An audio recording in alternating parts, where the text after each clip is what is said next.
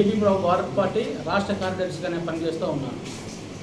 ఈరోజు press meet పెట్టడానికి ఉద్దేశం ఏమిటంటే నిన్నటి దినము 16/11/2024 నాపై ఆధారాలైనటువంటి ఆరోపణలు అంటే బేస్లెస్ అలిగేషన్ చేస్తూ దళిత సైన్యం దందా నడుపుతున్న ఒక బ్లాక్ మెయిలర్ గాలిపోదలం సుదర్శన్ గారు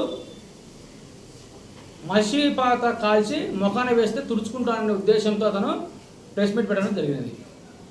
దానిని స్పందించాల్సిన అవసరం నాకు ఉంది కాబట్టి అతనికి నేను సంజాయిషి చెప్పుకునే అవసరం నాకు లేదు. కానీ ప్రజాస్వామ్య ఈ దేశంలో మనం ఉన్నప్పుడు ప్రజలకు నేను జవాబుదారీతనంగా నాకు ఒక హక్కు ఉంటుంది కాబట్టి ప్రజలకు తెలపాలనే ఉద్దేశంతో నేను ఈ ప్రెస్ మీట్ నిర్వహించడం జరుగుతుంది.